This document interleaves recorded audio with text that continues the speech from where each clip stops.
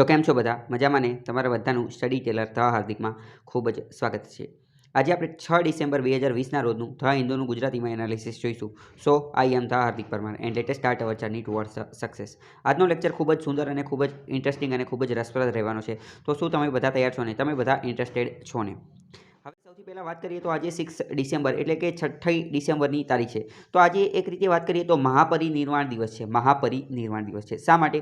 કારણ કે પહેલાં તો એ સમજો કે મહાપરિનિર્વાણ શબ્દ કોની માટે વપરાય છે? જ્યારે ભગવાન બુદ્ધનું મૃત્યુ થયું ત્યારે એવું કહેવામાં આવેલું હતું કે એમને નિર્વાણની પ્રાપ્તિ કરી લીધી. એણે શેની પ્રાપ્તિ કરી લીધી? નિર્વાણની પ્રાપ્તિ કરી લીધી. અને એ દિવસને મહાપરિનિર્વાણ દિવસ તરીકે ઉજવવામાં આવેલો હતો જ્યારે ભગવાન બુદ્ધનું મૃત્યુ થયું ત્યારે. બરાબર. નિર્વાણ એટલે શું એ તમને ખ્યાલ હોવો જોઈએ કે જ્યારે કોઈ પણ વ્યક્તિનું મૃત્યુ થાય અને પછી એને સ્વર્ગ મળે અથવા આવી જે કોઈ પણ વસ્તુ કે એ આ જીવનની મોહમાયામાંથી મુક્ત થઈ જાય એટલે એને નિર્વાણ પ્રાપ્ત કરી લીધું એવું કહેવામાં આવે. હિન્દુ ધર્મની અંદર આ જે નિર્વાણ જે છે એની માટે શબ્દ વાપરેલો છે મોક્ષ. શું વાપરેલો છે? મોક્ષ. બૌદ્ધ ધર્મની અંદર શબ્દ વાપરેલો છે કે નિર્વાણ. અને આ જ વસ્તુ જ્યારે જૈન ધર્મ માટે વાપરેલો છે એ છે કૈવલ્ય. શું વાપરેલો છે? કૈવલ્ય. તો આ તમને થોડા ઘણા શબ્દ યાદ હોવા જોઈએ. તો સૌ પ્રથમવાર ભગવાન બુદ્ધનું મૃત્યુ થયું એને મહાપરિનિર્વાણ દિવસ કહેવામાં આવ્યો હતો. તો એવી જ રીતે જે બાબા સાહેબ આંબેડકર, ડૉક્ટર બાબા સાહેબ આંબેડકર જે છે એમનું પણ 6ઠ્ઠી ડિસેમ્બરના રોજ જ મૃત્યુ થયેલું હતું અને એમને પણ આગળ જતાં બૌદ્ધ ધર્મને અપનાવી લીધેલો હતો. એમને ઘણા બધા 50-60 હજાર લોકો સાથે બૌદ્ધ ધર્મ અંગીકાર કરેલો હતો. એમનો હિન્દુ ધર્મ તરીકે જન્મ થયો હતો પરંતુ એમને લોઅર કાસ્ટમાંથી આવતા હતા એટલે પછી હિન્દુ ધર્મ પ્રત્યે એમને સારું લાગતું નહોતું. અનટચેબિલિટી, જે અસ્પૃશ્યતા અને આવા બધા દૂષણો હતા એના કારણે એમને હિન્દુ ધર્મનો બહિષ્કાર કરી દીધો હતો અને પછી બૌદ્ધ ધર્મનો અપનાવી લીધો હતો. તો એમનું મૃત્યુ જે છે એને પણ એક રીતે મહાપરિનિર્વાણ દિવસ તરીકે ઉજવવામાં આવે છે. તો ડૉક્ટર બી.આર. આંબેડકરની આજે પુણ્યતિથિ અથવા તો 6 ડિસેમ્બર એ શું છે? એ એમનો મહાપરિનિર્વાણ દિવસ છે. તો એ તમને ખ્યાલ હોવો જોઈએ. ડૉક્ટર બાબા સાહેબ આંબેડકર અથવા ડૉક્ટર ભીમરાવ આંબેડકર જે છે એ ભારતની ઇકોનોમીની અંદર ભારતના ઘણા બધા ક્ષેત્રની અંદર ઘણું મહત્ત્વનું યોગદાન ધરાવે છે. તમને ખ્યાલ જ હશે કે એ બંધારણના ઘડવૈયા છે, કોન્સ્ટિટ્યુશન મેકર. એ તો બધાને ખ્યાલ જ હશે પરંતુ તમારે એ યાદ રાખવાનું છે એની સિવાય પણ એમને ઘણા બધા કાર્ય કરેલા છે. જેમ કે દલિતોના ઉદ્ધારક. ઘણા બધા લોકો એમને માત્ર ખાલી દલિતોના ઉદ્ધારકને એની તરીકે યાદ રાખતા હોય પરંતુ મહિલાઓ માટે પણ એમને ઘણું બધું સારું કાર્ય કરેલું છે. તમને જાણીને નવાઈ લાગશે કે અત્યારે જે આરબીઆઈ જે છે, RBI Reserve Bank of India, એની સ્થાપના જે છે એ ડૉક્ટર બાબા સાહેબ આંબેડકરના કહેવાથી થયેલી હતી. આમને એક પુસ્તક લખેલી હતી કે ધ પ્રોબ્લેમ ઓફ રૂપીઝ. બરાબર. એ પુસ્તકની અંદર એમને આરબીઆઈની જે સ્થાપના કરવી જોઈએ અથવા તો આ રીતની કોઈ કેન્દ્રીય બેંકની સ્થાપના કરવી જોઈએ એના વિશેનો ખ્યાલ આપેલો હતો. તમને ખ્યાલ હશે કે આરબીઆઈ જે છે, આરબીઆઈની સ્થાપના એ 1934માં થઈ ગઈ હતી. બરાબર. એટલે કે અંગ્રેજોએ કરેલી હતી. તો અંગ્રેજોને પણ આ જે બેંક સ્થાપવાની પ્રેરણા જે છે ધ પ્રોબ્લેમ ઓફ રૂપી પુસ્તકમાંથી મળેલી હતી જે બાબા સાહેબે લખેલી હતી. બરાબર. મતલબ કે એમને ઘણા બધા સારા એવા કાર્ય કરેલા છે. ભારતને તમને ખ્યાલ હશે કે ડેમ જેટલી પણ ઘણી બધી પરિયોજના ચાલવામાં આવે છે કે આ નર્મદા પરિયોજના ને એ બધી, મતલબ કે પાણીના નદીના જળનો ઉપયોગ કરી અને એનો ડેમ તરીકે ઉપયોગ કરવો જોઈએ, સંગ્રહ કરવો જોઈએ, એમાંથી વીજળી ને એ બધું. તો આ ડેમ જે છે એ મહત્ત્વની વસ્તુ છે. એના વિશે પણ બાબા સાહેબે ઘણી બધી વાત કીધેલી હતી. એટલે કે અત્યારના સમયમાં પણ એમના જે વિચારો હતા એ અત્યારના સમયમાં પણ ઘણા બધા મહત્ત્વના છે. તો એમના વિશે આપણને થોડી ઘણી વસ્તુ ખબર હોવી જોઈએ. પહેલાં તો એમનું મૃત્યુ જે છે એ 6 ડિસેમ્બર 1956 એમનું મૃત્યુ થયેલું હતું. એટલે કે આઝાદી પછી એમનું મૃત્યુ થઈ ગયેલું હતું અને 65 વર્ષની ઉંમરે એમનું મૃત્યુ થયેલું હતું. એટલે 6 ડિસેમ્બરને મહાપરિનિર્વાણ દિવસ તરીકે કહેવામાં આવે છે. ઘણી બધી વાર આવા પ્રશ્ન પૂછાતા હોય છે. હવે આ દિવસ શા માટે ઉજવવામાં આવે? તો કે કોમેમોરેટ એટલે કે એમને સન્માનિત કરવા માટે. Unfathomable contribution to society and his achievement. એમની જે કોઈ પણ અચીવમેન્ટ, સિદ્ધિઓ હતી અને એમને આ સોસાયટી, આ સમાજ પ્રત્યે જે કોઈ પણ કોન્ટ્રીબ્યુશન આપેલું છે, યોગદાન આપેલું છે એની માટે. એમના વિશે થોડી વાત કરીએ તો આપણને ખ્યાલ આવશે કે એમને અતિ મહત્ત્વના ફિગર, મોસ્ટ એમિનેન્ટ ફિગર એટલે કે અતિ મહત્ત્વના વ્યક્તિ હતા, પાવરફુલ વ્યક્તિ, ઘણી બધી રીતે પાવરફુલ હતા. કઈ રીતે? વાત કરીએ કે એમને 64 જેટલા વિષયની અંદર માસ્ટર ડિગ્રી મેળવેલી હતી. તમને ખ્યાલ હશે કે કોઈ વ્યક્તિએ આર્ટ્સ કરેલું હોય તો પછી એ MA કરે એટલે કે માસ્ટર ઓફ આર્ટ્સ.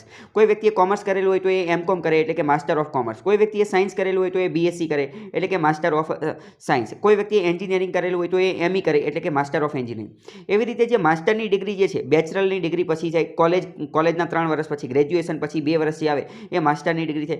એમને 64 જેટલા વિષયની અંદર માસ્ટરની ડિગ્રી મેળવેલી હતી. આપણે અહીં 1-2 વિષયની અંદર થાકી જતા હોય, ત્યાં 64 જેટલા વિષયમાં માસ્ટરની ડિગ્રી મેળવેલી હતી. 9 જેટલી ભાષાઓના જાણકાર હતા અને 21 વર્ષ માટે એમને સ્ટડી કરેલું હતું. 21 જેટલા વર્ષ તો એમને ખાલી ભણવાનું ને એ બધું કાર્ય જ કરેલું હતું.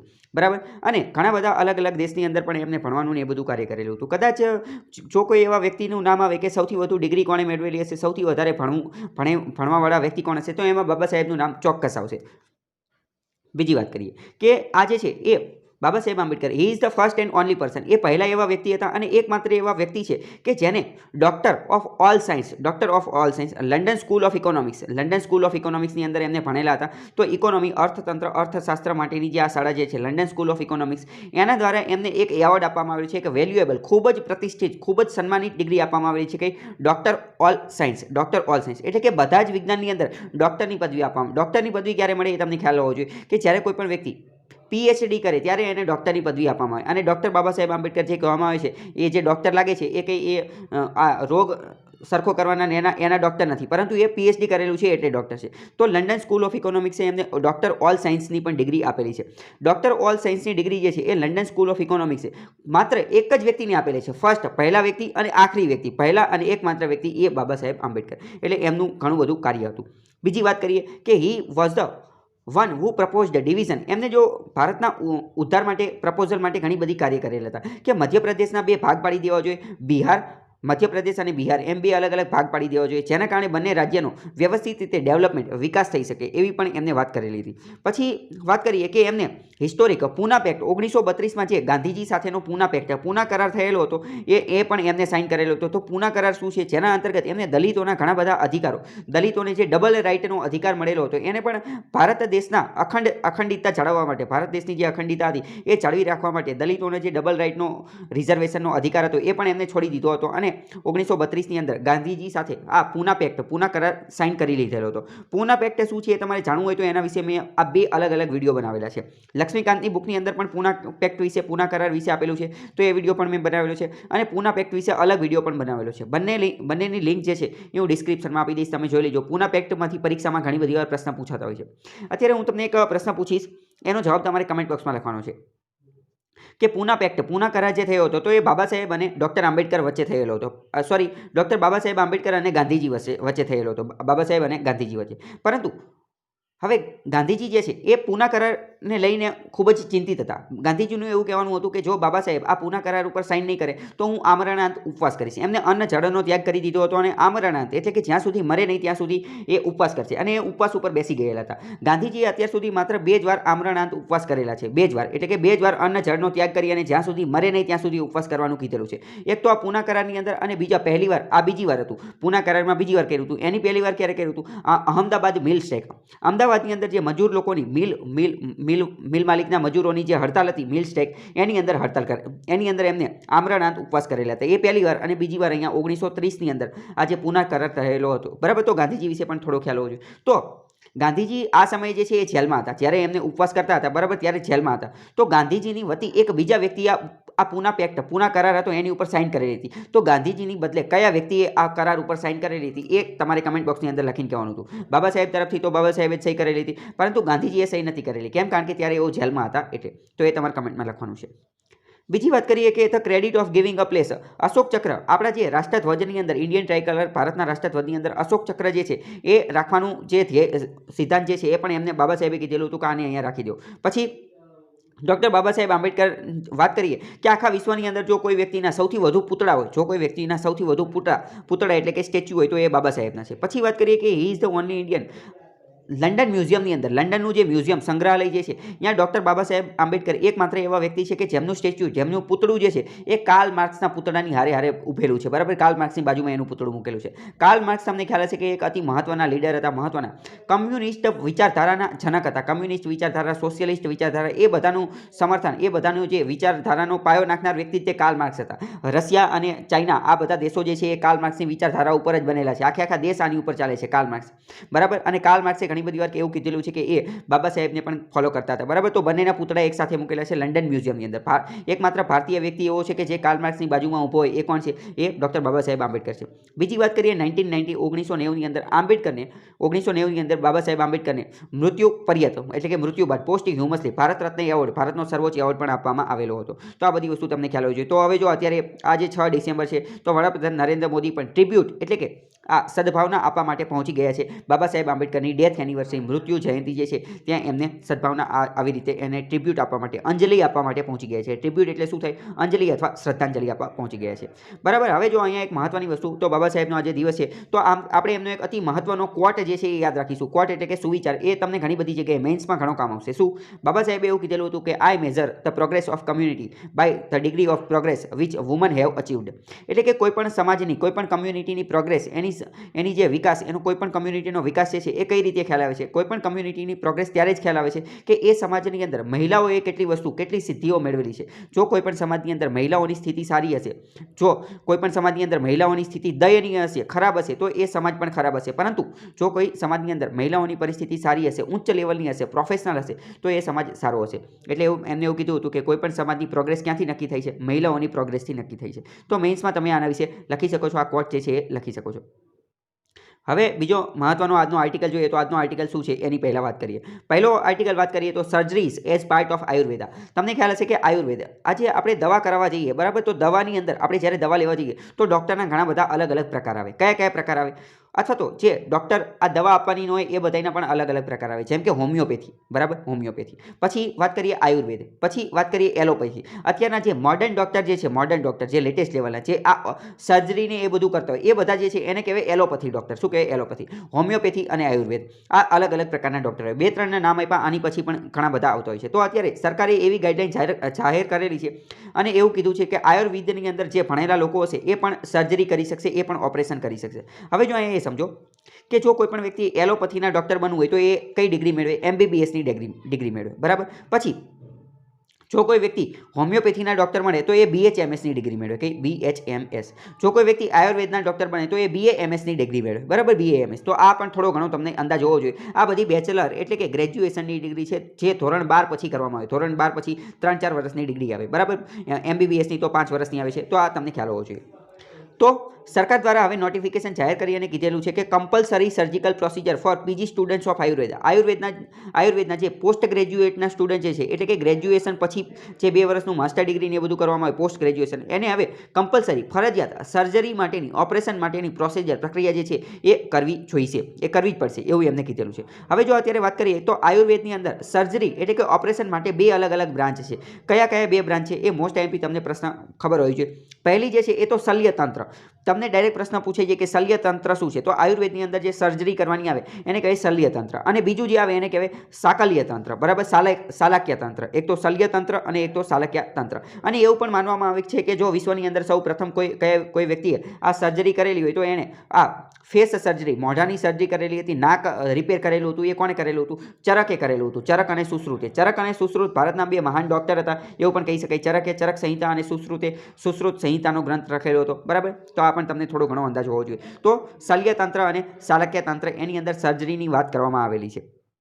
હવે જો શલ્યતંત્ર જે છે એની અંદર જનરલ સર્જરી આવે, એટલે કે સાદી સર્જરી, સાદું જે ઓપરેશન હોય એ આવે. જ્યારે શાલાક્યતંત્રમાં શું આવે? તો શાલાક્યતંત્રની અંદર ENT, ઇયર, આઈઝ, નોઝ અને થ્રોટ અને ટીથ, આની સર્જરી આવે. આંખ, નાક, કાન, થ્રોટ એટલે કે ગળું અને ટીથ એટલે કે દાંત. આની કોઈ સર્જરી કરવાની જોઈએ એ કઈ જગ્યાએ આવે? શલ્યની અંદર, જે ઓલરેડી આયુર્વેદના સ્ટુડન્ટ કરે છે. પરંતુ અત્યારે એવું કીધેલું છે કે ઓલ પોસ્ટ ગ્રેજ્યુએટ સ્ટુડન્ટ, એટલે કે ગ્રેજ્યુએશન પછી પણ જે માસ્ટરની ડિગ્રી, પોસ્ટ ગ્રેજ્યુએશન કરતા હોય એ બધાય હવે આયુર્વેદની અંદર બીજી અમુક સર્જરી પણ કરવી પડશે અને એ સ્પેશિયલાઇઝ, આની અંદર સ્પેશિયલાઇઝ પણ કરવામાં આવશે. આયુર્વેદના સર્જન બનવા માટે એમને આ કાર્ય કરવું પડશે.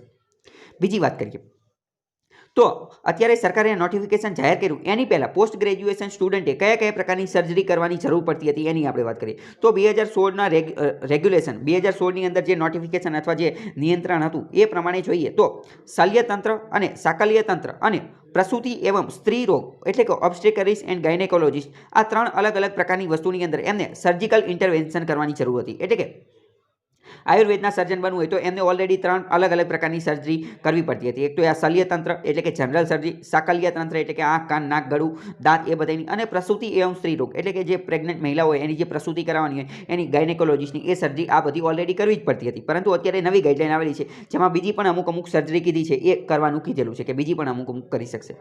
Students of this 3 disciplines are granted MS, એટલે કે જો કોઈપણ સ્ટુડન્ટ, કોઈપણ વિદ્યાર્થી આ 3 સર્જરી કરી અને પછી પાસ થઈ જાય, જો આ 3 સર્જરી કરી, કઈ 3 જે અત્યારે આપણે ઉપર વાત કરી કે આ સાલિયા અને સાકાલિયા એ જો એક કરી અને પાસ થઈ જાય તો એને એમએસની ડિગ્રી આપવામાં આવે, બાકી આપવામાં ન આવે. જો આ ડિગ્રી આ સર્જરી કરવામાં ફેલ થાય તો ન આપવામાં, અને જો પાસ થઈ જાય તો એમએસ એટલે કે master of surgery in Ayurveda any degree આપવામાં આવે. તો આની અંદર નવું શું છે એ જોઈએ.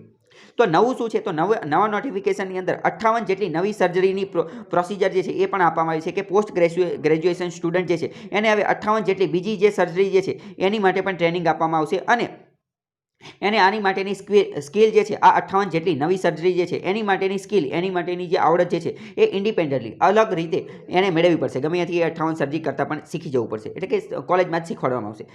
પછી આની અંદર જે સર્જરીની વાત કરવામાં આવી છે મેન્શન, એટલે કે જે આની અંદર મેન્શન કરેલી છે એ ઓલરેડી આયુર્વેદના કોર્સનો ભાગ જ છે. આયુર્વેદના કોર્સની અંદર એના વિશે ભણાવવામાં આવે છે, એટલે કંઈ બીજું પણ કંઈ એટલું બધું નવું છે નહીં. એટલે કે હવે પેશન્ટ, જે કોઈ પણ વ્યક્તિ, જે કોઈ પણ દર્દી જે છે પેશન્ટ એટલે કે દર્દી બની અને જો ડૉક્ટર પાસે, આયુર્વેદના ડૉક્ટર પાસે સર્જરી કરાવવા જશે તો એને હવે એક્ઝેક્ટલી ખબર પડી જ જશે કે આ આયુર્વેદનો ડૉક્ટર છે, અને એ હવે કોઈપણ પ્રકારની સર્જરી કરવા માટે પણ સક્ષમ છે. એણે ઓલરેડી સર્જરી કરી અને એની પરીક્ષા પાસ કરી અને પછી તે માસ્ટર ઓફ સર્જન એની પાસે ડિગ્રી છે. એટલે કે જે પેશન્ટ જે છે એ હવે એને થોડીક ખાતરી રહેશે, એન્શ્યોરિટી રહેશે એક્ઝેક્ટલી કે બરાબર આ પણ આ પ્રકારની સર્જરી કરી શકે છે, કારણ કે ઓલરેડી એ પરીક્ષા પાસ કરીને ઘણી બધી સર્જરી કરી અને પછી તે ડિગ્રી લઈને આવેલો હશે. કોણ? તો કે આયુર્વેદનો જે સર્જન હશે એ. This will remove question mark on the ability of Ayurvedic practitioner. બરાબર, કારણ કે જો અત્યારે મેં તમને કીધું કે કોઈ પણ જગ્યાએ અત્યારે સર્જરી કરાવવાની હોય, કોઈ પણ ઓપરેશન કરાવવાનું હોય, તો આયુર્વેદના ડૉક્ટર હોય એને એટલા બધા સક્ષમ માનવામાં આવતા ન હતા. એમની એબિલિટી, એમની સામર્થ્યતા ઉપર પ્રશ્નાર્થ ખડું થતું હતું. કેમ? કારણ કે મેં તમને કીધું કે એલોપેથી જનરલી જે સર્જરીને એ બધું કરાવવાનું હોય તો એ જનરલી એલોપેથીવાળા ડૉક્ટર પાસે લોકો વધારે પ્રિફર કરતા હતા, પરંતુ હવે આયુર્વેદને પણ આ અલગ પ્રકારનું સર્ટિફિકેટ આપવામાં આવશે, અને એમની જે આવડત, સ્કિલ, પહેલાં તો એ ટેસ્ટ લઈ અલગ અલગ પ્રકારની સર્જરીને એ બધું કરાવીને પછી તે સર્ટિફિકેટ આપવામાં આવશે. એટલે કે લોકોને પણ હવે દર્દીને પણ થોડો ઘણો વિશ્વાસ ને એ બધું આવશે. બીજી વાત કરીએ, પરંતુ સરકારે આ પગલું લઈ લીધું, પરંતુ આ પગલાંનો IMA ઇન્ડિયન મેડિકલ એસોસિએશન એ થોડો ઘણો વિરોધ કરે છે, એને થોડા વાંધા છે, ઓબ્જેક્શન છે. તો એમને શું ઓબ્જેક્શન છે એની થોડી વાત કરીએ. તો એમને પ્રશ્નાર્થ ઊભો કરેલો છે. શું પ્રશ્નાર્થ ઊભો કરેલો છે? એમનું પહેલાં તો એવું કીધેલું છે કે આ આયુર્વેદના પ્રેક્ટિશનર, આયુર્વેદની પ્રેક્ટિસ કરવાવાળા લોકો જે છે એ કોઈ પણ પ્રકારની આ ઘણી બધી પ્રોસિજરને એ બધું કરે છે. આ નોટિફિકેશનની અંદર મિક્સોપેથીને એવું બધું આ બધી કીધેલી છે, બરાબર. પરંતુ એમનું એવું કહેવાનું થાય છે કે આના કારણે આ લોકો જે છે પ્રેક્ટિશનર લોકો એ એન્શિયન્ટ સિસ્ટમ ઓફ મેડિસિન, એટલે કે પ્રાચીન દવાઓની જે પ્રાચીન વસ્તુ જે છે એના વિરોધની એની એમને ટ્રેનિંગ ને એ બધું મળેલું છે. તો એ એટલે એમનો વિરોધ કંઈક આવો છે કે આયુર્વેદના જે ડૉક્ટર હોય એમની પાસે જે જ્ઞાન હોય, એમની પાસે જે નોલેજ હોય એ એન્શિયન્ટ મેડિસિન, એટલે કે જે પ્રાચીન દવાઓ, જે જૂની દવાઓ, જે વેદને એ બધાની અંદર લખેલી છે એ બધાનું, વનસ્પતિઓનું ને એ બધાનું જ્ઞાન એમની પાસે ખૂબ જ સારું હોય છે. પરંતુ આ જે સર્જરી કરવાની હોય તો સર્જરી કરવાની જે બાબત જે છે એ મોડર્ન મેડિસિન, આધુનિક દવા સાથે જોડાયેલી છે, આધુનિક પ્રકારની વસ્તુ છે. તો હવે જે વ્યક્તિ ઓલરેડી બધું ભણીને આવેલો છે, કયું? મોડર્ન એટલે કે એન્શિયન્ટ, એટલે કે સોરી, જે વ્યક્તિ એન્શિયન્ટ એટલે કે પ્રાચીન લેવલનું ભણીને આવેલો છે અને એને જો મોડર્ન સર્જરી કરવામાં આવશે તો એની અંદર થોડું ઘણું ક્ષતિ અથવા થોડી ઘણી હાનિ થવાની શક્યતા રહેલી છે. કારણ કે જે ઓલરેડી જે એલોપેથીનું જ ભણીને આવેલો છે, જેણે આખા 5-10 વર્ષ મોડર્ન મેડિસિન જ ભણીને આવેલો છે, તો એ જે સર્જરી કરશે એ અને જે આયુર્વેદિક વાળો સર્જરી કરશે એ બંનેની સર્જરી સમાન રહેશે નહીં. કેમ? કારણ કે આયુર્વેદિક વાળો જે છે એ તો માત્ર એન્શિયન્ટ દવાઓ, એન્શિયન્ટ મેડિસિનને એ બધાનું જ એની પાસે જ્ઞાન છે. જ્યારે આ વ્યક્તિ જે છે મોડર્ન મેડિસિન ભણીને આવેલો છે, એલોપેથી ભણીને આવેલો છે, એને તો સ્પેશિયલ માત્ર એને એન્શિયન્ટ મેડિસિનનું જ્ઞાન નથી, પરંતુ માત્ર મોડર્ન મેડિસિનનું જ્ઞાન છે. એટલે ઇન્ડિયન મેડિકલ એસોસિએશનવાળાનું એવું કહેવાનું થાય છે કે બંનેને એક સમાન દરજ્જો આપો નહીં. આયુર્વેદવાળા જે સર્જરી કરે એ અને એલોપેથીવાળા જે સર્જરી કરે બંનેને એક સમાન દરજ્જો આપો નહીં, બરાબર. એમને આયુર્વેદવાળા સર્જરી કરે એનાથી કોઈ વિરોધ નથી. ઇન્ડિયન મેડિકલ એસોસિએશને આયુર્વેદને સર્જનની ડિગ્રી આપવામાં આવે એનાથી કોઈ વાંધો નથી, પરંતુ એમનું એવું કહેવાનું થાય છે કે એની માટે અલગ ગાઈડલાઈન બનાવવામાં આવે. એટલે એમને એવું કહેવાનું થાય છે કે આના કારણે ઘણી બધી વાર મિસલીડ થઈ શકે છે, લોકો જે છે એ મિસલીડ થઈ શકે છે, અને એન્ક્રોચમેન્ટ છે. એન્ક્રોચમેન્ટ એટલે કે અતિક્રમણ છે. કોનું એન્ક્રોચમેન્ટ છે? એટલે કે આયુર્વેદના જે સર્જન જે છે એનું એન્ક્રોચમેન્ટ, એનું જે છે એ અતિક્રમણ છે. કઈ જગ્યાએ? જ્યુરિસ્ડિક્શન એન્ડ કોમ્પિટેશન, મોડર્ન મેડિસિનની અંદર, આધુનિક દવા જે છે મોડર્ન મેડિસિન એની અંદર આયુર્વેદિક વાળા લોકોનું અતિક્રમણ છે, એન્ક્રોચમેન્ટ છે, એવું માનવામાં આવે છે. એટલે કે ઇન્ડિયન મેડિકલ એસોસિએશન વાળાનું એવું કહેવાનું થાય છે કે આ સર્જરી કરવાની જે બધી વસ્તુ જે છે એ મોડર્ન મેડિસિનમાં ડિટેલમાં સમજાવવામાં આવે છે, એની ઉપર ઘણું બધું રિસર્ચ ને એ બધું કરવામાં આવે છે. તો આની જે ટ્રેનિંગ જે છે એ એલોપેથીવાળા ડૉક્ટરને અને મોડર્ન ડૉક્ટરને આપવામાં આવેલી છે, એ આયુર્વેદિક ડૉક્ટરને એટલી બધી મળતી નથી. તો એમને આ કાર્ય ન આપવું જોઈએ. હવે બીજો મહત્વનો આર્ટિકલ જોઈએ તો વાત કરે છે તો બીજો મહત્વનો આર્ટિકલ જે છે એ વાત કરે છે કે યુનાઇટેડ નેશન્સ દ્વારા આ કેનોબી નામનું એક ડ્રગ છે, કેનોબી નામની એક વનસ્પતિ. પહેલાં તો કેનાબિસ શું છે એ તમને ખ્યાલ હોવો જોઈએ. તો કેનાબિસ નામનું જે ડ્રગ જે છે એને મોસ્ટ ડેન્જરસ ડ્રગના લિસ્ટમાંથી કાઢી નાખવામાં આવ્યું છે. પહેલાં તો યુનાઇટેડ નેશન્સ જે છે એના દ્વારા એક લિસ્ટ બનાવવામાં આવ્યું છે. એ લિસ્ટ શું છે? તો મોસ્ટ ડેન્જરસ ડ્રગ, એટલે કે એમાં એવા ડ્રગ, એવી દવાના નામ લખવામાં આવેલા છે કે જે સૌથી વધુ ખતરનાક છે. કેવા છે? Most dangerous.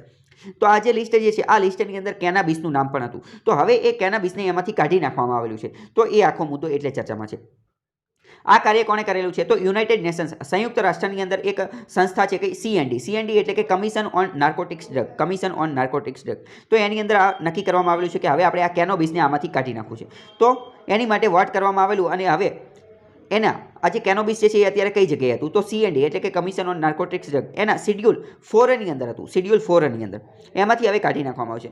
1961 ની અંદર single convention on narcotic drugs. તમને પ્રશ્ન પૂછે કે નાર્કોટિક ડ્રગ્સ માટેનું એકમાત્ર કન્વેન્શન ક્યારે થયેલું હતું? તો એ 1961માં થયેલું હતું, જેને single convention on narcotic drugs કહે છે. જે કોનું હતું? CND એટલે કે commission on narcotic drugs, united નેશન્સનું જ હતું. અને હવે WHO પણ એવું કહી દીધેલું છે, એમને ભલામણ રિકમેન્ડેશન કરેલી હતી 2019ની અંદર WHO વર્લ્ડ હેલ્થ ઓર્ગેનાઇઝેશન કે આ કેનાબિસ જે છે, કેનાબિસ એને મોસ્ટ ડેન્જરસ કેટેગરીમાંથી કાઢી નાખો. કેમ? કારણ કે જો કેનાબિસ જે છે એ એક રીતે ડ્રગ, ખૂબ જ ખતરનાક ડ્રગ છે, નશો કરવા માટે એ બધા માટે પણ ઉપયોગ થાય છે. પરંતુ આનો એક સારો ઉપયોગ પણ છે. આનેથી ઘણી બધી બીમારી પણ ટ્રીટ કરી શકાય છે. કેન્સરની બીમારી પણ આનેથી સારી કરી શકાય છે. એટલે WHO એવી ભલામણ કરેલી હતી કે આને એમાંથી કાઢી નાખો.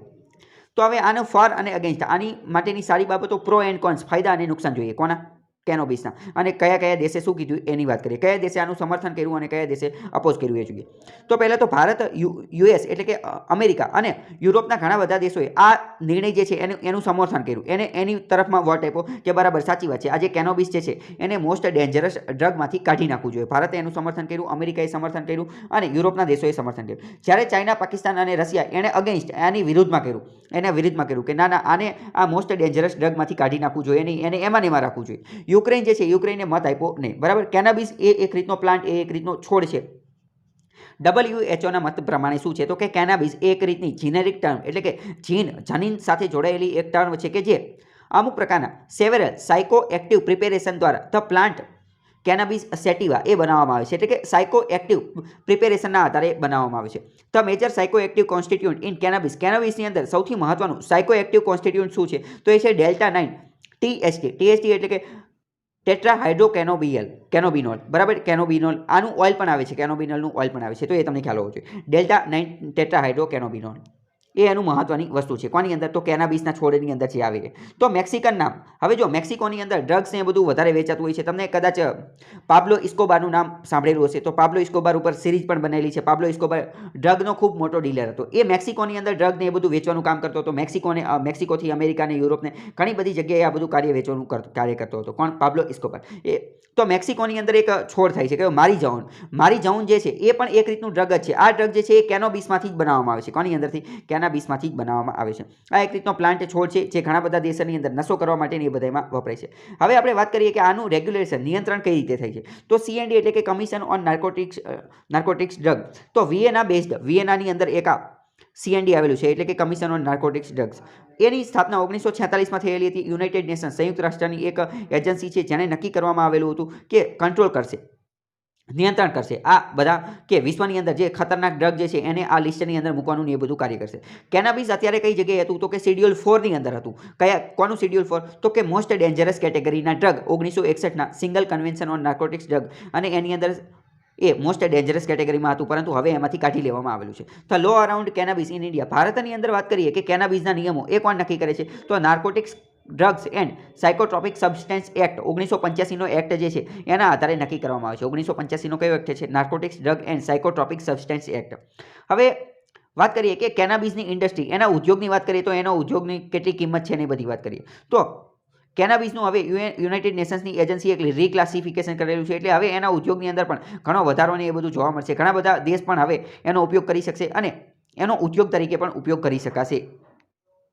કેનાબિસ શું હોય? તો એ આ પ્રકારનું છોડ હોય. અહીંયા તમે જોઈ શકો છો આ કેનાબિસ છે. બરાબર છે. ડ્રગ્સ ને, હિરોઈન ને, ગાંજો ને આ બધી વાત કરતા હોય એ બધું પણ આની અંદરથી જ બનતું હોય છે. તો એ પણ તમને ખ્યાલ હોવો જોઈએ. એના વિશે આપણે ભારતની અંદર ડ્રગ, ઇન્ડિયા એન્ડ ડ્રગ, એની વિશે મેં એક ઓલરેડી અલગ વિડીયો બનાવેલો છે. એના વિશે પણ તમને ખ્યાલ હોવો જોઈએ. ગોલ્ડન ટ્રાયેંગલ શું છે? ગોલ્ડન ક્રિસેન્ટ શું છે? તો આ બધા ભારતની અંદર ડ્રગ મોકલવાવાળા દેશ છે, બરાબર. ગોલ્ડન ટ્રાયેંગલમાં 3 દેશ આવે છે, અફઘાનિસ્તાન, ઈરાન અને પાકિસ્તાન. તો તમારે એ કહેવાનું છે કે ગોલ્ડન ક્રિસેન્ટની અંદર કયા કયા દેશ આવે છે કે જે મોટા મોટા ડ્રગના હબ માનવામાં આવે છે અને એના કારણે ભારતની અંદર ઘણી બધી ડ્રગ આવી જાય છે. તો એ તમને ખ્યાલ હોવો જોઈએ. એનો જવાબ તમારે કમેન્ટ બોક્સમાં લખવાનો છે. આ કેનાબિસનું છોડ જોઈ શકો છો, આ પણ એના બીજને એવું બધું જોઈ શકો છો. હવે તો બીજો આર્ટિકલ વાત કરે છે ભારતની અંદર રિન્યુએબલ એનર્જી પાર્ક બનાવવાનો છે. ભારતની અંદર એક જગ્યાએ સ્પાર્વલિંગનો મતલબ શું થાય? સ્પાર્વલિંગ મતલબ કે વધતા. ભારત છેલ્લા ઘણા સમયથી રિન્યુએબલ એનર્જી એટલે કે નવીનીકરણીય ઉર્જા જે છે એની ઉપર વધારે ને વધારે ફોકસ આપી રહ્યું છે. નવા સોલાર પ્રોજેક્ટ ને નવા વિન્ડ પ્રોજેક્ટ ને એ બધું બનાવી રહ્યો છે. તો અત્યારે પણ ભારત આ નવો એક પ્રોજેક્ટ બનાવવાનો છે. એ કઈ જગ્યાએ બનાવશે? ભારતમાં જ બનાવશે, પરંતુ સાથે સાથે પાકિસ્તાનની નજીક આંતરરાષ્ટ્રીય સરહદની બાજુમાં બનાવશે. કઈ આંતરરાષ્ટ્રીય સરહદ? તો ગુજરાતની અંદર આવેલી કચ્છની બાજુમાં, કચ્છની અંદર એક જગ્યા આવેલી છે ખાવડા નામની જગ્યા. ખાવડાથી 5 કિલોમીટર દૂર પાકિસ્તાનની જે આંતરરાષ્ટ્રીય સરહદ જે છે ત્યાં ભારત સોલાર એનર્જી પાર્ક બનાવશે, બરાબર. અને એ 15 ડિસેમ્બરે વડાપ્રધાન નરેન્દ્ર મોદી જે છે એ ગુજરાત આવવાના છે અને એ કચ્છની અંદર જશે અને અહીંયા 30,000 મેગાવોટના પ્રોજેક્ટનું લોન્ચ કરશે ગુજરાતના કચ્છની અંદર. ડાયરેક્ટ પ્રશ્ન પૂછે છે કે આંતરરાષ્ટ્રીય સરહદની આજુબાજુમાં ભારતે અત્યારે તાજેતરમાં કયો સોલાર પાવર પ્રોજેક્ટ જે છે અથવા તો રિન્યુએબલ પાવર પ્રોજેક્ટ લોન્ચ કરેલો છે 30,000 મેગાવોટનો? તો એ કચ્છમાં કરેલો છે, બરાબર, ખાવડાની બાજુમાં. રિન્યુએબલ એનર્જી એટલે કે નવીનીકરણીય ઉર્જા. હવે આની અંદર 2 અલગ અલગ ઝોન બનાવવામાં આવશે. કચ્છની અંદર જે છે એના 2 અલગ અલગ ઝોન. 49,600 હેક્ટરની અંદર હાઇબ્રિડ પાર્ક હશે. હાઇબ્રિડ એટલે કે બંને રીતે વર્ક કરી શકે. 2 અલગ અલગ પ્રકારના પાર્ક એટલે કે વિન્ડ પવનથી પણ ઉર્જા ઉત્પન્ન કરવામાં આવશે અને સોલાર એટલે કે સૌર ઉર્જાથી પણ ઉત્પન્ન કરવામાં આવશે, જે 24,800 મેગાવોટની કેપેસિટી હશે. અને બીજો જે ઝોન હશે એ બીજા ઝોનની અંદર માત્ર વિન્ડ પાર્ક એટલે કે પવન ઉર્જાથી તે વીજળી બનાવવામાં આવશે, જે 23,000 હેક્ટરનો હશે. હવે આ જે લોકેશન જે જગ્યાએ કચ્છની અંદર બનાવવામાં આવે છે આ સ્ટ્રેટેજી ખૂબ જ મહત્વનું છે, વ્યૂહાત્મક દ્રષ્ટિએ ખૂબ મહત્વનું છે. પહેલાં તો ખાવડાથી 25 કિલોમીટર દૂર છે. મેં પહેલાં જ કીધું ખાવડાની બાજુમાં આવેલો છે. ખાવડા શું છે? તો એ કચ્છની અંદર આવેલી એક જગ્યા છે. હવે આ લાસ્ટ પોઈન્ટ એટલે કે ભારતની અંદર જોઈએ તો સિવિલિયન નાગરિક લોકો દ્વારા, કચ્છના નાગરિક લોકો દ્વારા અથવા ભારતના લોકો દ્વારા જે જગ્યાએ જઈ શકવામાં આવે આ છેલ્લામાં છેલ્લો પોઈન્ટ છે. એની આગળ પછી જઈ શકાતું નથી અને ત્યાંથી આંતરરાષ્ટ્રીય સરહદ પણ ચાલુ થઈ જાય છે. 5-6 કિલોમીટર દૂર છે ત્યાંથી આંતરરાષ્ટ્રીય સરહદ. કોની સાથેની આંતરરાષ્ટ્રીય સરહદ? તો પાકિસ્તાન સાથેની આંતરરાષ્ટ્રીય સરહદ. હવે આ પ્રોજેક્ટની વાત કરતાં પહેલાં આપણે એને મેપની અંદર, નકશાની અંદર જોઈ લઈએ. તો આ ભારતનો નકશો છે, બરાબર. આ ભારતનો નકશો અને એ આપણે ગુજરાતને જોઈ શકીએ છીએ. તો ગુજરાતની અંદર પણ આપણે જ્યારે ગુજરાતના નકશાને ઝૂમ કરીશું તો કંઈક આવું આવશે, બરાબર. આ ગુજરાત છે. તો ગુજરાતની અંદર આ જે કચ્છ નામની જગ્યા જે છે, કચ્છની અંદર આ પ્રોજેક્ટ જે છે બનાવવાનો છે. કચ્છની અંદર આંતરરાષ્ટ્રીય સરહદ કઈ જગ્યાએ છે? તો જો અહીંયા પાકિસ્તાન છે, તો અહીંયા પાકિસ્તાન સાથે આ જગ્યાએ બનાવવાનો છે. ખાવડા નામની જગ્યાએ બનાવવાનો, બરાબર. તો કચ્છની અંદર આ જે જગ્યા જે છે ખાવડા નામની જગ્યાએ ભારતનો જે કચ્છ જિલ્લો જે છે એ આંતરરાષ્ટ્રીય સરહદ ધરાવે છે. કોની સાથે? પાકિસ્તાન સાથે. તો આ તમને ખ્યાલ હોવો જોઈએ. આ જગ્યાએ બનાવવાનો છે આખો પ્રોજેક્ટ. હવે આ રિન્યુએબલ પ્રોજેક્ટ માટે કચ્છની અંદર આ સાઇટ જે છે, આ જગ્યા જે છે એ પસંદ કરવામાં આવેલી. એના અમુક કારણો છે. કયા કારણ છે? તો પહેલું કારણ જોઈએ તો આ જે છે એ કમ્પ્લીટલી વેસ્ટલેન્ડ એટલે કે ખરાબાની જગ્યા છે. અહીંયા કચ્છની અંદર આ જે જગ્યા જે છે એ એકદમ ખરાબ છે. અહીંયા ખૂબ જ ઓછા નાગરિકો જાય છે, બરાબર. અને જનરલી અહીંયા કોઈ વસવાટ કે એવું કોઈ છે નહીં. એટલે એક રીતે વેસ્ટલેન્ડ છે. તો વેસ્ટમાંથી બેસ્ટ એનો ઉપયોગ થઈ ગયેલો. અહીંયા આપણે રિન્યુએબલ એનર્જીનો પ્લાન્ટ નાખી દીધો એટલે હવે આપણે અહીંયાથી ઉર્જાને બધું મળી રહે. અને બીજી વાત કરીએ કે અહીંયા વિન્ડ મિલ્સ એટલે કે પવનચક્કીને એ બધું અહીંયા ઊભું કરવામાં આવશે. કારણ કે મેં તમને કીધું કે આ રિન્યુએબલ એનર્જી, આ રિન્યુએબલ એનર્જીની અંદર સોલાર એનર્જીનો પ્લાન્ટ પણ નાખવામાં આવશે અને વિન્ડ એનર્જી પવનચક્કીના પ્લાન્ટ પણ નાખવામાં આવશે. 2 એક સાથે નાખવામાં આવશે. હાઇબ્રિડ છે, બરાબર. તો પ્રશ્ન ડાયરેક્ટ એવો પણ પૂછાઈ જાય કે તાજેતરમાં ભારતે આંતરરાષ્ટ્રીય સરહદની નજીક કઈ એવી જગ્યા છે કે જ્યાં સોલાર પ્લાન્ટ અને વિન્ડ પ્લાન્ટ બંને એક સાથે નાખેલા છે? કયા પ્રોજેક્ટ અંતર્ગત? રિન્યુએબલ પ્રોજેક્ટ અંતર્ગત. તો એ કચ્છની અંદર ખાવડાની બાજુમાં. તો આપણે આજે ખાવડાની બાજુમાં આજે પવનચક્કીને એ બધું ઊભું કરીશું તો એ આંતરરાષ્ટ્રીય સરહદ તરીકે એક બાઉન્ડ્રી લાઇન તરીકે પણ વર્ક કરશે, એક સરહદની લાઇન તરીકે પણ વર્ક કરશે. મતલબ કે જેથી આપણને ખ્યાલ આવે. પછી આ આખો વિન્ડ અને સોલાર પ્રોજેક્ટ જે છે ભારતની અંદર એ અત્યારે કચ્છમાં જે સેટઅપ કરવાનું છે એ કરવાનું કાર્ય કોણ કરશે? તો એ સેટઅપ કરવાનું કાર્ય જે છે એ SECI કરશે, એટલે કે solar energy corporation of India. ભારતની જે સોલર એનર્જી કોર્પોરેશન જે છે એના દ્વારા આ બધું કાર્ય કરવામાં આવશે. પછી બીજી વાત કરીએ કે power grid corporation of India જે છે એ પાવર પ્રોડક્શન આની અંદરથી જો આ solar energy corporation of India જે છે એ આ સોલર પ્લાન્ટ જે છે એ નાખવાનું, સેટઅપ કરવાનું ને એ બધું કાર્ય કરશે. અને power grid corporation of India જે છે એ એની અંદરથી પાવર, વીજળી મેળવવાનું કાર્ય કરશે. કારણ કે પાવર મેળવવાનું ને એ બધું આમનું ઉપરવાળાનું કાર્ય જે છે એ માત્ર શું છે? સોલર પાર્કને એ બધું નાખવાનું. Power grid corporation of India A power મેળવશે, જનરેટરની અંદર પાવર મેળવશે, પછી આગળ બેટરીમાં ને એ બધામાં ટ્રાન્સફર કરશે, પછી ધીમે ધીમે ગ્રીડમાં, પછી ઇલેક્ટ્રિસિટીમાં અલગ અલગ જગ્યાએથી લોકોને પાવર મળશે અથવા ઉદ્યોગોને પાવર મળશે. તો હવે આ સાથે અત્યારે આ ટોપિક છે તો આપણે વાત કરીએ કે રિન્યુએબલ એનર્જી, નવીનીકરણીય ઉર્જાની અંદર ભારતની કેપેસિટી કેટલી છે. ભારતે છેલ્લા ઘણા વર્ષની અંદર સતત વધારો જ કર્યો છે. કોની અંદર? તો કે રિન્યુએબલ એનર્જીની અંદર ઘણો બધો વધારો કરી દીધેલો છે. અત્યારે વાત કરીએ તો રિન્યુએબલ એનર્જીની અંદર ભારતનો શેર જે છે એ 39% થઈ ગયેલો છે, બરાબર. 39%. વીજળી બનાવવાની અંદર વાત કરીએ અથવા તો ઉર્જાની વાત કરીએ તો 39% આપણે વીજળી કોનામાંથી બનાવીએ છીએ તો એ રિન્યુએબલ એનર્જીમાંથી બનાવીએ છીએ. મતલબ કે ટોટલ 368 ગીગાવોટની જે વીજળી જે છે એ આપણે રિન્યુએબલ એનર્જીમાંથી બનાવીએ છીએ. અને આ સાથે તે ભારત વૈશ્વિક લેવલે 5મા નંબરે પહોંચી ગયેલો છે. Global position for all installed renewable energy capacity, એટલે કે નવીનીકરણીય ઉર્જા માટેના રિન્યુએબલ એનર્જી માટેની જે કેપેસિટી એની માટેના જે સાધનો ઇન્સ્ટોલ કરવાનો હોય એ ઇન્સ્ટોલ કરવાની બાબતમાં ભારત 5મા નંબરે પહોંચી ગયેલો છે આખા વિશ્વની અંદર. એટલે કે સૌથી વધુ રિન્યુએબલ એનર્જી માટેના સાધનો કોણે ઇન્સ્ટોલ કરેલા છે તો એ ભારતે ઇન્સ્ટોલ કરેલા છે. કઈ જગ્યાએ? 5મા નંબરે.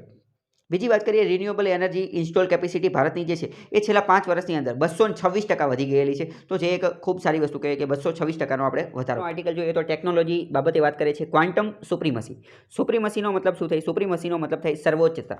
ક્વોન્ટમ શું થાય? તો આ એક બ્રાન્ચ છે, એક શાખા છે. કોની શાખા છે? ક્વોન્ટમ કમ્પ્યુટરની શાખા છે. ઘણી બધી વાર આપણે ક્વોન્ટમ કમ્પ્યુટર વિશે વાત કરેલી છે, મશીન લર્નિંગ એ બધાની વાત કરેલી છે. તો ક્વોન્ટમ કમ્પ્યુટર એટલે શું પહેલાં તો એ સમજીએ. ક્વોન્ટમ કમ્પ્યુટરનો મતલબ એવો થાય, તમને ખ્યાલ હશે એક નોર્મલ કોમ્પ્યુટર આવે. કોમ્પ્યુટર એટલે શું? કોમ્પ્યુટર એટલે કે ગણતરી કરવાવાળું એક સાધન. જેવી રીતે કેલ્ક્યુલેટર જે છે એ સરવાળા બાદબાકી ગુણાકાર ભાગાકાર આવી રીતે ગણતરીને એ બધું કરતું હોય તો કેલ્ક્યુલેટર કરતાં થોડીક એડવાન્સ લેવલની વસ્તુ એ કમ્પ્યુટર, બરાબર. કેલ્ક્યુલેટર કરતાં એડવાન્સ લેવલની વસ્તુ કમ્પ્યુટર, જેમાં પણ ઘણી બધી ગણતરી જે છે એ ફટાફટ થઈ જાય.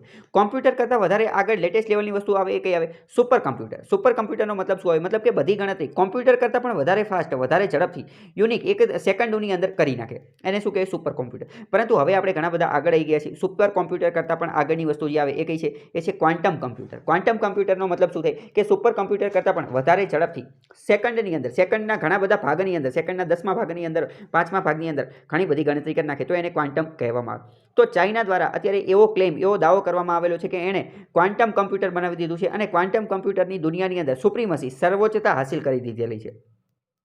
થોડા સમય પહેલાં ગૂગલ દ્વારા એવો દાવો કરવામાં આવેલો હતો કે એમને પ્રોટોટાઇપ ટાઈપનું એક ક્વોન્ટમ કોમ્પ્યુટર, સુપર કોમ્પ્યુટર બનાવેલું છે, ક્વોન્ટમ કોમ્પ્યુટર બનાવેલું છે કે જે ઘણું બધું સુપર છે, ઘણી બધી ગણતરી જે છે એ સેકન્ડોની અંદર કરી નાખશે. કે અમુક જે નોર્મલ કોમ્પ્યુટરને જે ગણતરી કરતાં 10,000 વર્ષ લાગે એ ગૂગલનું કોમ્પ્યુટર જે છે એ સેકન્ડોની અંદર કરી નાખશે. પરંતુ હવે ચાઇનાએ તો એવું કીધેલું છે કે ગૂગલે આ જે પ્રોટોટાઇપ ટાઈપનું જે સુપર કોમ્પ્યુટર બનાવેલું હતું એની કરતાં પણ વધારે શક્તિશાળી, એની કરતાં પણ વધારે ઊંચું, એની કરતાં પણ વધારે ઝડપી ક્વોન્ટમ સુપ્રીમસી હાંસલ કરી લીધી છે અને એની કરતાં પણ વધારે ઝડપી કોમ્પ્યુટર બનાવી લીધું છે. ગૂગલના કોમ્પ્યુટર કરતાં પણ 10 બિલિયન એટલે કે 10 બિલિયન જેટલા ઝડપથી વર્ક કરી શકે એટલું કોમ્પ્યુટર બનાવી લીધું છે ચાઇનાએ.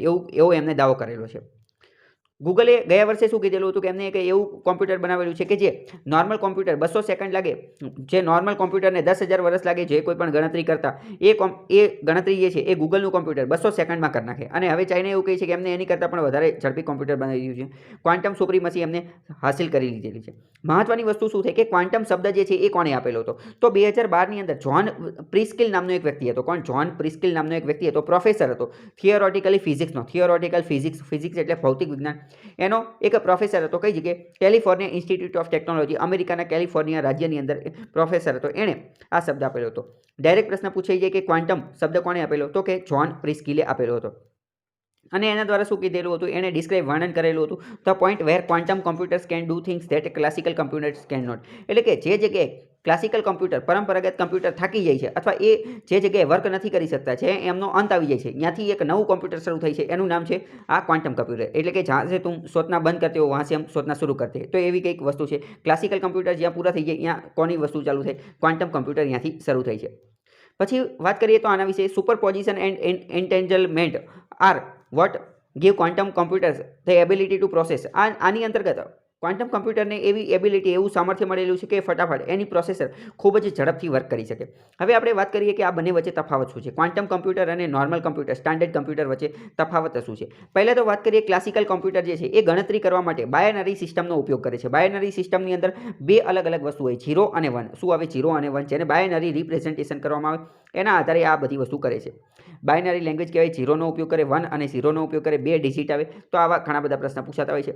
તો ક્વોન્ટમ કોમ્પ્યુટરની અંદર શું હોય? ક્વોન્ટમ કોમ્પ્યુટરની અંદર શું હોય? તો ક્વોન્ટમ કોમ્પ્યુટરની અંદર આ કમ્પ્યુટર ક્વોન્ટમ મિકેનિક્સના જે નિયમ, ક્વોન્ટમ મિકેનિક્સના જે લોસ, એના જે પ્રિન્સિપાલ, એના સિદ્ધાંત જે છે એનો ઉપયોગ કરે છે. નોર્મલ કોમ્પ્યુટરની અંદર શું હોય? નોર્મલ કોમ્પ્યુટરની અંદર એ બાયનરી લેંગ્વેજનો ઉપયોગ કરે, જેમાં જ્યારે આ ક્વોન્ટમ કમ્પ્યુટરની અંદર શું કરે, ક્વોન્ટમ મિકેનિક્સના જે સિદ્ધાંત જે છે એનો ઉપયોગ કરવામાં આવે છે. તો આની અંદર પણ 0 અને 1નો તો ઉપયોગ કરવામાં જ આવે છે. 0 અને 1નો ક્વોન્ટમ કમ્પ્યુટરમાં ઉપયોગ તો થાય છે, પરંતુ achieved in particles due to their internal angular momentum, આંતરિક કોણીય જે પરિવર્તન થાય એનો એ બધાનો ઉપયોગ કરવામાં આવે, અને આમાં સ્પિન એ બધાને ધ્યાનમાં લેવામાં આવે. પરંતુ આ બધી ટેકનિકલ લેવલની બાબત છે, એટલું બધું વધારે પૂછવાની શક્યતા ઓછી છે. Thus in classical computer information, classical કમ્પ્યુટરની અંદર જે માહિતી હોય એ 0 અને 1ના માધ્યમથી ડિનોટ કરવામાં આવે, 0 અને 1ના માધ્યમથી દર્શાવવામાં આવે. જ્યારે વાત કરીએ ક્વોન્ટમ કમ્પ્યુટર જે છે એ ક્યુબિટ્સ, એની અંદર આ 0 અને 1 જે છે એના પણ વધારે ભાગ પાડી દેવામાં આવે, અને એની પણ આગળ જતાં ક્યુબિટ્સની અંદર માહિતી જે છે એ સ્ટોર કરવામાં આવે છે. એના કારણે એનો પ્રોસેસિંગ પાવર જે છે એ ખૂબ વધારે. આનું પોટેન્શિયલ એટલે કે આની કેટલી વધારે મહત્વાકાંક્ષા કેટલી છે કોની, આ ક્વોન્ટમ કમ્પ્યુટરની, તો જોઈએ તો in fancy quantum computer seen as the key, એટલે કે રેડિકલી ઇમ્પ્રુવિંગ, ધીમે ધીમે આપણે આજે આગળ આવી રહ્યા છીએ, ડિજિટલ વર્લ્ડમાં એ બધા આવી રહ્યા છે, તો આ એક રીતે ભવિષ્યનું કોમ્પ્યુટર છે એવું કહેવામાં આવે છે. ફિઝિક્સ, કેમિસ્ટ્રી અને બધી જગ્યાએ આ ખૂબ વધારે મહત્વનું કાર્ય કરી શકશે એવી કંઈક વાત કીધેલી છે. બીજો અતિ મહત્વનો આર્ટિકલ જોઈએ તો મીટ એટલે શું થાય, મીટ એટલે થાય માંસ. તો માંસ બનાવવામાં આવેલું છે, પરંતુ આ જે નોર્મલ માંસ અથવા નેચરલ માંસ જે પ્રાણીઓમાંથી મળે એ નથી, પરંતુ આ એક અલગ પ્રકારનું માંસ છે જે લેબ ગ્રોન એટલે કે લેબોરેટરી પ્રયોગશાળામાં બનાવવામાં આવે, આ એ પ્રકારનું માંસ છે. તો સિંગાપોરની સરકારે સિંગાપોરની જે ફૂડ માટેની ખોરાક માટેની જે સંસ્થા જે છે એણે અત્યારે પરમિશન એટલે કે પરવાનગી આપી દીધી છે શેની, આ લેબોરેટરીમાં જે માંસ બનાવેલું હોય, મીટ બનાવેલું હોય એને વાપરવા માટેની, એનો યુઝ કરવા માટેની, એનો ઉપયોગ કરવા માટેની પરવાનગી આપી દીધેલી છે. તો આ મુદ્દો ખૂબ મહત્વનો છે, પરીક્ષામાં આનો પ્રશ્ન પૂછાઈ જાય. એવો ડાયરેક્ટ પ્રશ્ન પૂછાઈ જાય કે તાજેતરમાં આ લેબ ગ્રોન મીટ એટલે કે પ્રયોગશાળામાં ઉગાડેલું માંસ જે છે, પ્રયોગશાળામાં બનાવેલું માંસ જે છે એની પરવાનગી કયા દેશે આપી, તો એ કાર્ય સિંગાપોરે કરેલું છે. સિંગાપોરની ફૂડ એજન્સીએ આ કાર્ય કરેલું છે. અહીંયા તમને એ ખબર હોવી જોઈએ કે નોર્મલ માંસ જે પ્રાણીઓમાંથી મળે એ અને આ માંસ લેબોરેટરીમાં બનાવવામાં આવે એ બધાની અંદર શું ફેર હોય, શું તફાવત હોય, અને આ લેબોરેટરીમાં માંસ બનાવવાની જરૂર શા માટે પડી, એનું આપણે વાત કરીએ. પહેલાં તો લોકો માંસ ખાય છે શું લેવા, તો ઘણા બધા લોકો પ્રોટીનને એ બધું મેળવવા માટે, સુસ્ત રહેવા માટે, વધારે તાકાતને એવું બધું મેળવવા માટે એ બધા માટે ખાતા હોય છે. કારણ કે ઘણી બધી વાર આ જે માંસ ને એ બધું હોય તો એ બધાની અંદરથી પ્રોટીનને અમુક વિટામિન્સને એ બધી વસ્તુ વધારે મળતી હોય, તો એના કારણે ડૉક્ટરને એ બધા અમુક વાર એ ખાવાની ને એ બધાની સલાહ આપતા હોય. બીજી વાત કરીએ તો પરંતુ અત્યારે ધીમે ધીમે આપણે જોઈએ તો આ જે ઝૂનોટિક ડિસીઝ એટલે કે પ્રાણીઓમાંથી મનુષ્યોમાં આવતા જે રોગ જે છે એમનો વધારો થઈ રહ્યો છે. તો આપણને ખ્યાલ આવે છે કે આપણે પ્રાણીઓથી જેમ બને એમ વધારે દૂર રહેવું જોઈએ, પ્રાણીઓના માંસને એ બધું ન ખાવું જોઈએ, આનેથી આપણને એટલો ખ્યાલ આવે છે. પરંતુ તેમ છતાં પણ આપણે જો બધા પોષક તત્વોને પ્રોટીન્સને એ બધું મેળવ્યું હોય તો આના કારણે એક નવી વસ્તુઓનો જન્મ થયો. કઈ નવી વસ્તુ, એટલે વૈજ્ઞાનિકોએ એવું વિચાર્યું કે તો આપણે પ્રાણીઓના સંપર્કમાં આવવું નથી, આપણે પ્રાણીઓનું જે માંસ જે છે એને ડાયરેક્ટ લેબોરેટરી પ્રયોગશાળામાં જ બનાવી દેવી. તો એટલે પછી આ આખું લેબ મેડ અથવા તો લેબ ગ્રોન મીટનો જન્મ થયો. બરાબર. વાત કરીએ જૂન 2020ની અંદર ફૂડ આઉટલુક રિપોર્ટ રજૂ કરવામાં આવેલો. તો ફૂડ આઉટલુક રિપોર્ટ શું છે, તો યુનાઇટેડ નેશન્સની ફૂડ એન્ડ એગ્રીકલ્ચર ઓર્ગેનાઇઝેશન દ્વારા રિપોર્ટ બનાવવામાં આવે છે. એમને એવું કીધેલું કે આખા વિશ્વની અંદર જે માંસનું આ મીટ કન્ઝપ્શન એટલે કે માંસ ખાવામાં આવે છે એની અંદર ઘટાડો થયેલો છે. 333 મિલિયન ટન ખાધેલું હતું અને 1.7% ગયા વર્ષ 2019ની સરખામણીમાં 2020માં 1.7%નો ઘટાડો થયો છે. કેમ?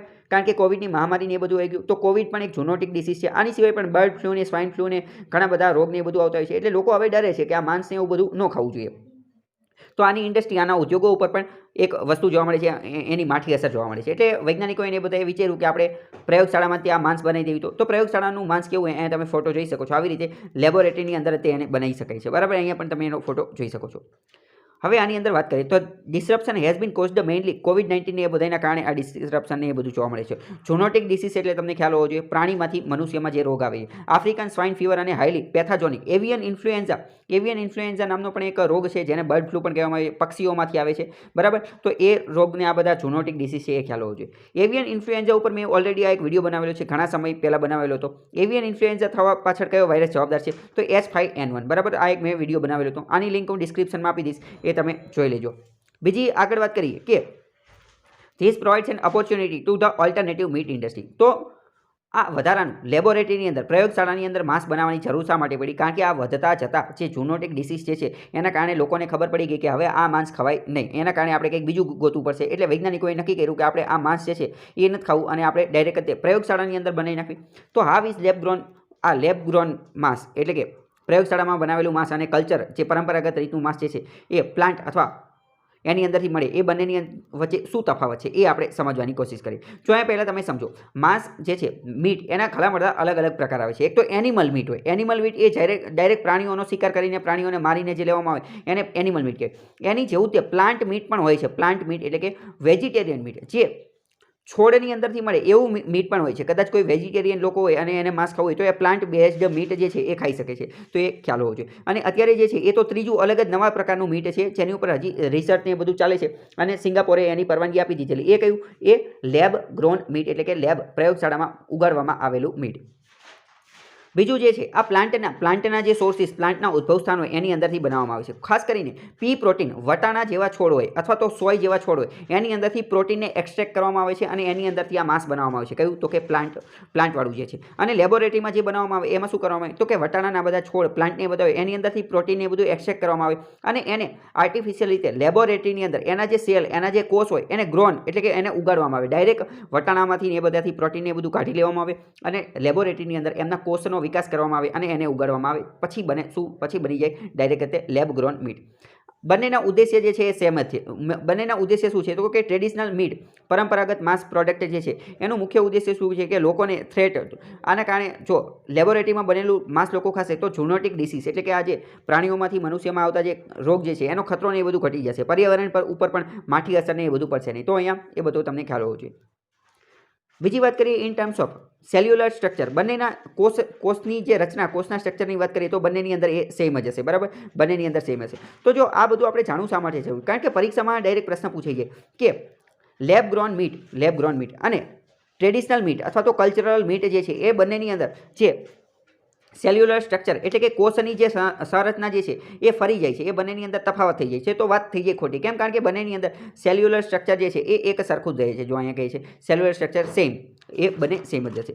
બીજી વાત કરીએ cultural meat does not come directly from animal. જો હવે આ કલ્ચરલ મીટ જે છે એ ડાયરેક્ટ એનિમલમાંથી આવતું નથી. કારણ કે મેં તમને ઓલરેડી કીધું એ વનસ્પતિઓમાંથી, પ્લાન્ટ એટલે કે છોડમાંથી આવે છે. મેં તમને પહેલાં જ કીધું કે અલગ અલગ પ્રકારના મીટ હોય છે. બરાબર છે? પ્રાણીવાળું મીટ હોય એને એનિમલ મીટ કહેવાય. જે વનસ્પતિમાંથી મીટ આવે એને અહીંયા શું નામ આપેલું છે? એને નામ આપેલું છે પ્લાન્ટ મીટ અથવા તો કલ્ચરલ મીટ કહેવામાં આવે છે. અને અત્યારે જે વાત કરે છે એ લેબવાળું મીટ. તો આ તમને ખબર હોય છે.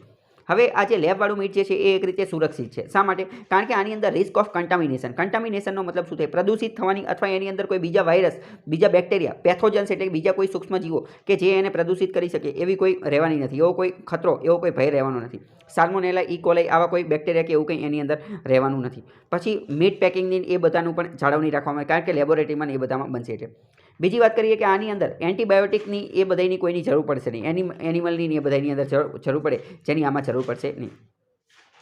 તો વાત કરીએ કે આ મીટ કલ્ચર જે છે એ ક્યારે લોકો માટે, કન્ઝ્યુમર લોકો માટે ક્યારે આ ખાવા માટે ઉપલબ્ધ થઈ શકશે? તો આ એક્ઝેક્ટલી ક્યારે બની તૈયાર થઈ જશે? કારણ કે અત્યારે તો હજી સિંગાપોરે આની પરવાનગી આપેલી છે. હજી વેચાવાનું ને એ બધું ચાલુ નથી. તો એ ક્યારે શરૂ થશે? તો પહેલાં તો આની અંદર હજી ઘણી બધી સિગ્નિફિકન્ટ હર્ડલ્સ એટલે ઘણી બધી સમસ્યાઓ આવશે હજી બનાવો. એવું નથી કે તાત્કાલિક બની ગયું, હજી તૈયાર થઈ ગયું. હજી ઘણી બધી વાર લાગશે.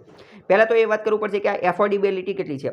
શું આ લોકોને પરવડી શકશે? એટલે કે આ એટલું બધું મોંઘું તો નહીં હોય ને જે નોર્મલ માંસ અથવા તો જે પ્લાન્ટ બેઝડ માંસ, પ્લાન્ટ મીટ એટલે કે વનસ્પતિમાંથી મળતું માંસ અથવા એનિમલ મીટ એ બધા કરતાં મોંઘું તો નહીં હોય ને. પછી ડીલિંગ વિથ કન્ઝ્યુમર મિસટ્રસ્ટ એટલે કે લોકો સાથે મિસટ્રસ્ટ, દુર્વ્યવહારને એવું તો નહીં થાય. પછી resistance from traditional meat producers એ બધાનો વિરોધ ને એવું બધું તો નહીં થાય. તો એ ઘણા બધા સમસ્યા પણ રહેલી છે. હવે કઈ લેબ ગ્રોન મીટ જે છે એ કોણ બનાવી રહ્યું છે એની વાત કરે છે. એટલે કે કોઈ બનાવે છે કે નથી બનાવતું. તો અહીંયા અમુક કંપની જે છે એ બનાવી રહી છે. જેમ કે future meat technology, chicken, lamb, beef, ઇઝરાયલની અંદર બીફ ટેકના ઘણી બધી, તુર્કીની અંદર ને ઘણી બધી કંપનીને એ બધું બનાવી રહી છે. આપણી માટે મહત્વનું નથી.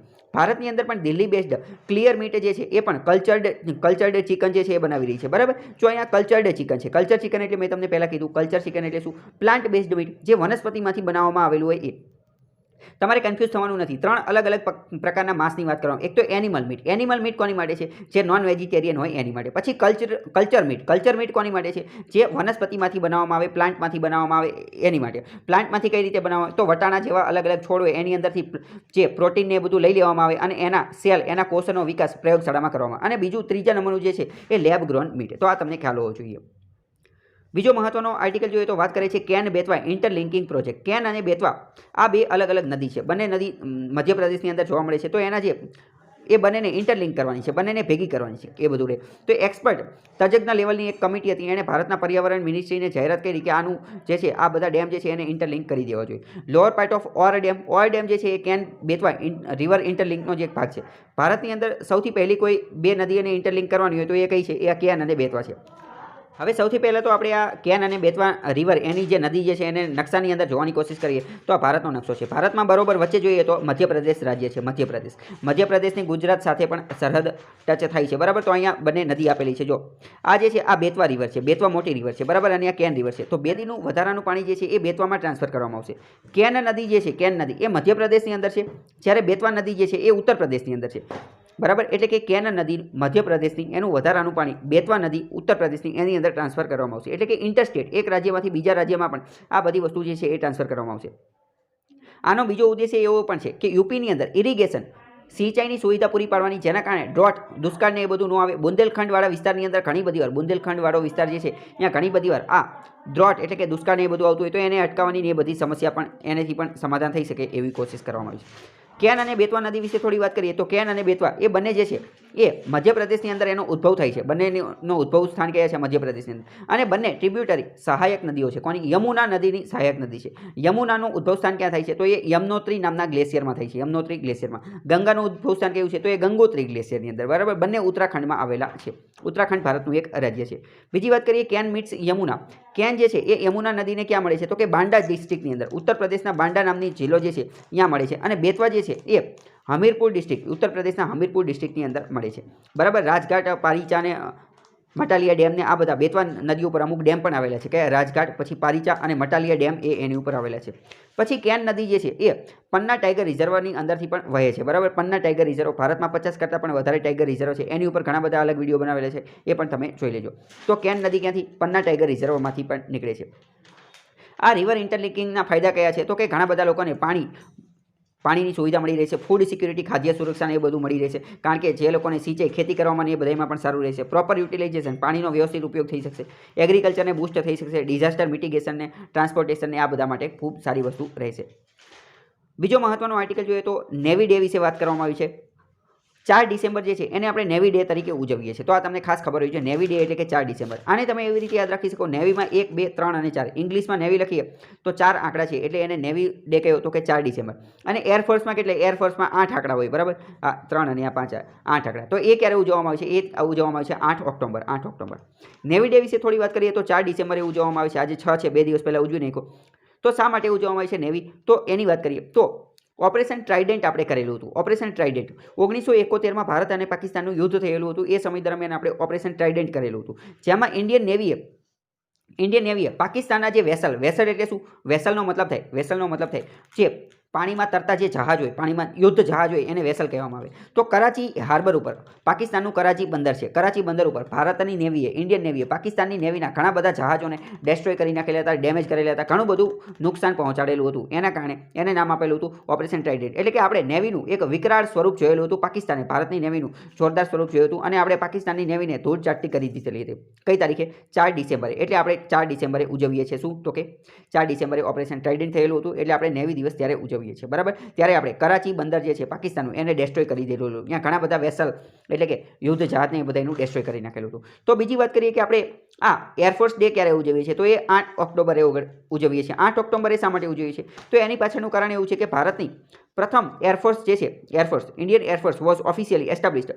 એરફોર્સ ક્યારે સ્થાપના કરવામાં આવી હતી? તો 1932ની અંદર, અંગ્રેજોના સમયની અંદર 8 ઓક્ટોબરે એની સ્થાપના થયેલી હતી. અને પ્રથમ ફ્લાઇટ જે છે એ પણ 1 એપ્રિલ 1933 ઉડાડવામાં આવેલી હતી. પરંતુ આની સ્થાપના ક્યારે થઈ હતી? 8 ઓક્ટોબરે થઈ હતી. એટલે આપણે એરફોર્સ ડે છે એ 8 ઓક્ટોબર 1932થી ઉજવીએ છીએ. બરાબર, તો આ તમને ખ્યાલ હોવો જોઈએ. અને પ્રથમ ફ્લાઇટ 1 એપ્રિલ 1933થી, એપ્રિલ ફૂલના ડેના દિવસે પ્રથમ ફ્લાઇટ જે છે એ ઉડેલી હતી. એટલે આપણે એરફોર્સ ડે ઉજવીએ છીએ. સાથે સાથે હવે આર્મી ડેનું પણ જોઈ લઈએ. આર્મી ડે જે છે 15 જાન્યુઆરીએ ઉજવવામાં આવે છે. શા માટે? તો એની પાછળનું કારણ કંઈક એવું છે કે આપણા જે પ્રથમ જનરલ હતા, ફિલ્ડ માર્શલ કોણ હતા? કે એમ કરિયપ્પા. ભારત પહેલાં અંગ્રેજોનું ગુલામ હતું. તો અંગ્રેજોની અંદર છેલ્લા આપણા જનરલ કોણ હતા? Commander in chief. છેલ્લા મિલિટરીની અંદર આર્મીના છેલ્લા કમાન્ડર ઇન ચીફ કોણ હતા? તો કે સર ફ્રાન્સિસ બચર. તો એણે આજે આ પદ જે છે, કયું પદ? તો કે કમાન્ડર ઇન ચીફનું પદ એ ભારતને સોંપેલું હતું. તો ભારતના કયા વ્યક્તિને? ભારતના ફિલ્ડ માર્શલ KM કરિયપ્પાને સોંપેલું હતું, બરાબર. એટલે કે ભારતના પ્રથમ ફિલ્ડ માર્શલ કોણ હતા? તો KM કરિયપ્પા હતા. KM કરિયપ્પા એ બધું કાર્ય ક્યારે થયેલું હતું? 15મી જાન્યુઆરીએ થયેલું હતું. 15મી જાન્યુઆરીએ ફ્રાન્સિસ બચર જે છે એણે પોતાનો હોદ્દો, કયો હોદ્દો?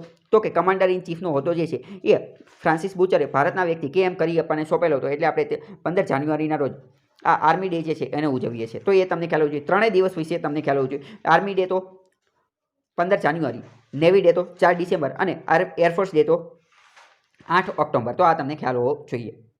તો હવે આજ માટે આટલું રાખીએ. પરંતુ આ બધી જગ્યાએ તમે મારી સાથે જોડાઈ શકો છો. ઇન્સ્ટાગ્રામને, ટેલિગ્રામને, એ બધી જગ્યાએ સ્ટડી ટેલરને ફોલો ને એ બધું કરી નાખજો. અને બાકી આ પ્રશ્નના જવાબ આપજો. પહેલો પ્રશ્ન શું છે કે નેવી ડે ક્યારે ઉજવવામાં આવે છે અને આર્મી ડે અને એરફોર્સ ડે પણ ક્યારે ઉજવાય છે એ પણ કહી દેજો.